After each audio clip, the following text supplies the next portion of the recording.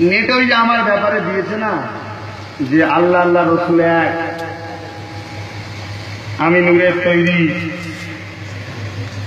তারপরে আমার নামে দরুদ না পড়লে বিশ্বের মুসলমানের নামাজ হবে না। শুনেছেন?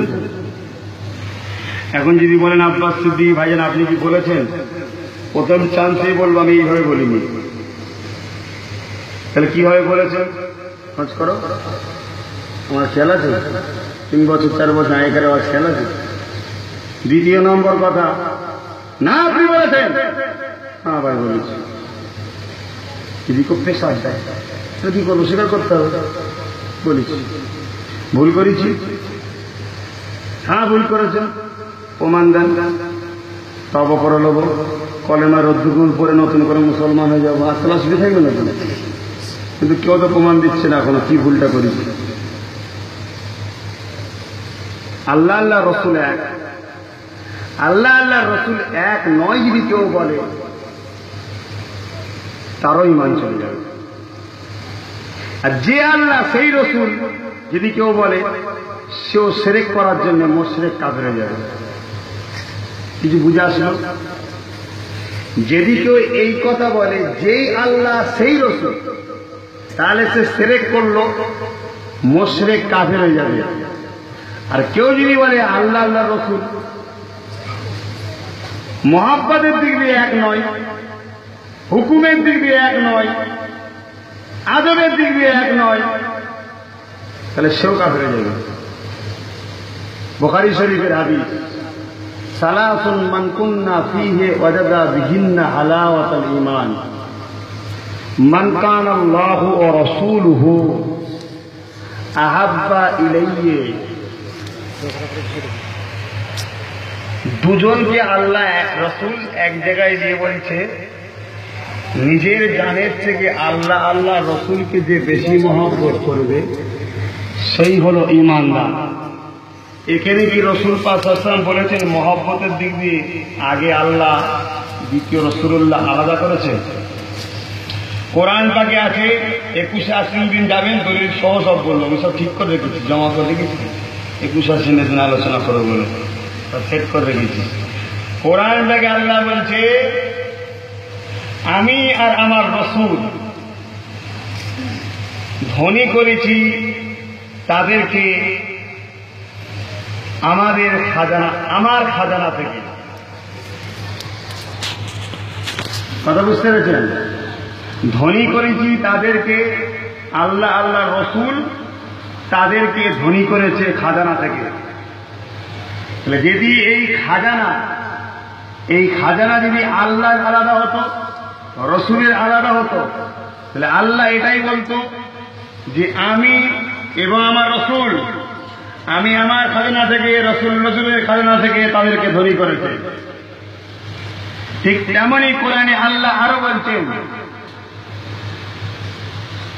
ইন্নাল্লাযীনা ইউবাইউনাকা ইন্নামা ইউবাইউনা আল্লাহ ইয়াদুল্লাহি ফাওকা আইদিহিম। রসুল যখন বায়াত দেয়, আল্লাহ বলছে নবীর বায়াতটা ওটা আমি আল্লাহ আমারই বায়াত। বায়াতের জায়গায় আল্লাহ রসুলকে জমা করেছে, এক করে দিয়েছে, জোরে বলেন সুবহানাল্লাহ। কিন্তু জাতের দিক দিয়ে আলাদা করে দিয়েছে, আল্লাহ খালেক, রসুল মখলুক। এই জাতের জায়গায় কেউ যদি এক করে দেয় তাহলে শিরক করলো। আর হুকুমের জায়গায়, বায়াতের জায়গায়, ইতাআতের জায়গায় যদি কেউ আলাদা করে রাসূলের রিসালাতকে অস্বীকার করার জন্য, সে গুমরাহি জাহান্নামী হলো। যদি বুঝতে পারলেন, বুঝতে পেরেছেন তো নাকি? তাহলে আলাদা আছে, আলাদাটা কোন দিকে? জাতের দিক দিয়ে। আল্লাহ দেয়, রসুল নেয়, আল্লাহ খালেক, নবী সৃষ্টি হয়েছে, আল্লাহ স্রষ্টা, নবী সৃষ্টি, এদিক দিয়ে আলাদা। এদিক দিয়ে কেউ যদি এক করে দেয় তাহলে তাওহীদকে অস্বীকার করা হলো। আর হুকুমের দিক দিয়ে কেউ যদি আলাদা বলে রিসালাতকে অস্বীকার করা হলো। কারণ নবী বায়াতটাই আল্লাহ বলছে আমার বায়াত, নবীর ইতাআতটা আল্লাহ বলছে আমারই ইতাআত, নবীর হুকুমটা আল্লাহ বলছে আমারই হুকুম। নবীর ভালোবাসা আল্লাহ বলছে আমারই ভালোবাসা। তাহলে এই দিক দিয়ে আল্লাহ আল্লাহ রসুল এক। আমি তাই এক বলেছি, নউযুবিল্লাহ, আমি ওদিক দিয়ে এক বলিনি। যেই রসুল সেই আল্লাহ, নউযুবিল্লাহ, লা হাওলা ওয়ালা কুওয়াতা ইল্লা বিল্লাহ, ইমান চলে যাবে তো। নূর, রসুলকে কেউ যদি নূর বলে অস্বীকার করে তার ইমান চলে যাবে।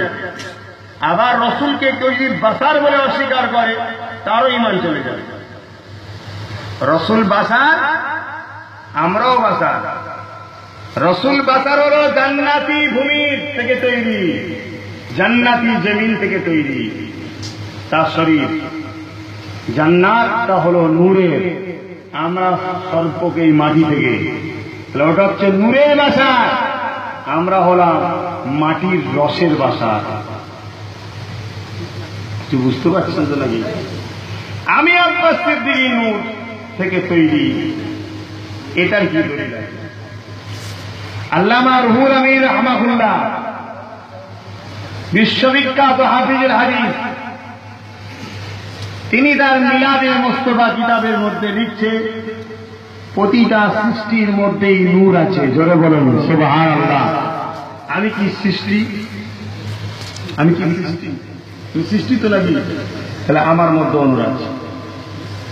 আপনি যদি সৃষ্টি হন, আপনার মধ্যে নূর আছে। মুজাদ্দিদ আল পেসানি মাকতুবাত কিতাবের মধ্যে লিখছে রসুলের নূর থেকে প্রতিটা ঈমানদারদের ঘরে তৈরি করা হয়েছে। জোরে বলেন সুবহানাল্লাহ। আপনি মানেন না মানেন আপনার ব্যাপার, মুজাদ্দিদ আল পেসানিকে আমি মানি। কথা বুঝে আসছে তো? এবারে আমি ঈমানদার না ঈমানদার নয়, আপনার ডাউট থাকতে পারে আমার সম্বন্ধে, আমার সম্বন্ধে ডাউট নেই। আমি পাক্কা ঈমানদার, 100% ঈমানদার। কেউ যদি নিজের ঈমান সম্বন্ধে ডাউট করে শরিয়াত বোঝে সে তাহলে বেঈমান, সে তো নিজেই সন্দেহ করছে, সে তো নিজেই বলতে পারছে না। ঈমান সম্বন্ধে সন্দেহ করতে নেই। তাহলে ঈমানদারদের ঘরে রসুলের নূর থেকে তৈরি করেছে। এই যে দেখছেন যাচ্ছে, এটা কি? এটা নূর। এটা কি বলবেন তো? নূর।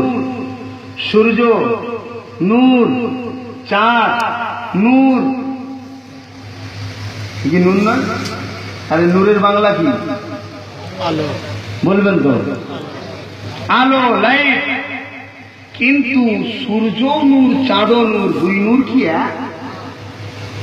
তাহলে রসুল নূর, আমরা নূর, এই দুই নূর কি এক? সূর্য থেকে ধার করেছে চাঁদ, আর আমরা হলাম তার নূরের অংশ থেকে টুকরো টুকরো টুকরো টুকরো হয়ে তামাম মখলুকাত সৃষ্টি, আমরাও তার মধ্যে পড়ছি। জোরে বলুন সুবহানাল্লাহ। দরুদ, এই দরুদের ব্যাপারটা এলে একটু বিস্তারিত বলতে হবে। যখন সময় আছে তো বলবো, ওটা মনে হয় জানে না তাই পালাবা ধান্দা করছে না। আচ্ছা না, 12:30 পর্যন্ত 3 মিনিট আছে। যাই হোক, 3 মিনিটের মধ্যে সঙ্গে করে দিচ্ছি। দরুদ শব্দের মানে কি? দরুদ রসুল ছাড়া অন্য কারো উপরে পড়া হয় কি? নামাজে রসুল ছাড়া অন্য কারো উপরে দরুদ পড়া হয় কি? এগুলোকে সব প্রথম জানতে হবে। প্রথম জানে দরুদ শব্দের মানে কি? দরুদ শব্দের বাংলা মানে হচ্ছে চাওয়া, দোয়া চাওয়া, প্রার্থনা চাওয়া। আরবিতে বলা হয় সালাত। সালাত মানে নামাজ, সালাত মানে দরুদ, সালাত মানে দোয়া। কথা বুঝছেন তো নাকি? এবারে কথা হলো রসুল ছাড়া অন্য কারো উপরে দরুদ পড়া হয় কি?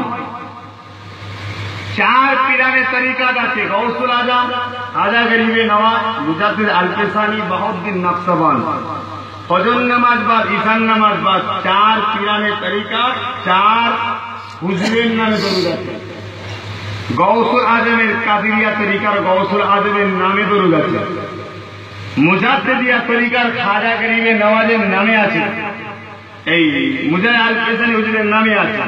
চিশতিয়া তরিকার দরুদ খাজা গরিবের নামাজের নামে আছে। নকশবন্দিয়া দরুদ বাউদ্দিন নকশবন্দিয়া হুজুরের নামে আছে। তাহলে দরুদ পড়া নামে তার মানে সে নবী নয়। যে দরুদ পড়লেই নবী হবে, তাহলে এই চারজন নবী নাকি? নাউযুবিল্লাহ। দ্বিতীয় কথা, নামাজের মধ্যে দরুদ পড়া হয় কিনা? দরুদ ইব্রাহিম, আল্লাহুম্মা সাল্লি আলা মুহাম্মাদিন, তারপরে ওয়ালা আলে মুহাম্মাদিন, আলে মুহাম্মদ। বসিরহাট হুজুরের নামাজ শিক্ষা, তার বংশধরদের উপর আল্লাহ শান্তি দিন। নবীর বংশ কোরাইশ বংশ, হাসেমি গোত্র। আমাদের সিজরা নামা দেখবেন, আমার বাপ তার বাপ তার বাপ তার বাপ তার বাপ তার বাপ গিয়ে গিয়ে আমরা কোরাইশ বংশধর। এবারে যদি বলেন নামাজ হবে না বলছেন, দরুদ ইব্রাহিম পড়া তো সুন্নতে মুআক্কাদা, ছেড়ে গেলে নামাজ তো হয়ে যাবে, ওয়াজিব তো নয়, ফরজ তো নয়। তাহলে ভাই আসেন ইমামদের কিতাব খোলেন। ইমামে আজমের মতে তাসাহুদের মধ্যে দরুদ পড়া হয়ে যাচ্ছে বলে তাই দরুদ ইব্রাহিম পড়াটা সুন্নাত করেছে। তাসাহুদের মধ্যে কোথাও পড়া হচ্ছে আত-তাহিয়াতু লিল্লাহি ওয়াস-সালাওয়াতু আত-তাইয়্যিবাতু, আসসালামু আলাইকা আইয়ুহান নবী ওয়া রাহমাতুল্লাহি ওয়া বারাকাতুহু, তারপরে আসসালামু আলাইনা ওয়া আলা ইবাদিল্লাহিস সালিহিন। ইবাদিল্লাহিস সালিহিনের ব্যাখ্যা মিশকাত শরীফের হাসিয়া বনু হাসেম বনু কুরাইশের ইমানদাররাও পড়ছে। জোরে বলুন সুবহানাল্লাহ।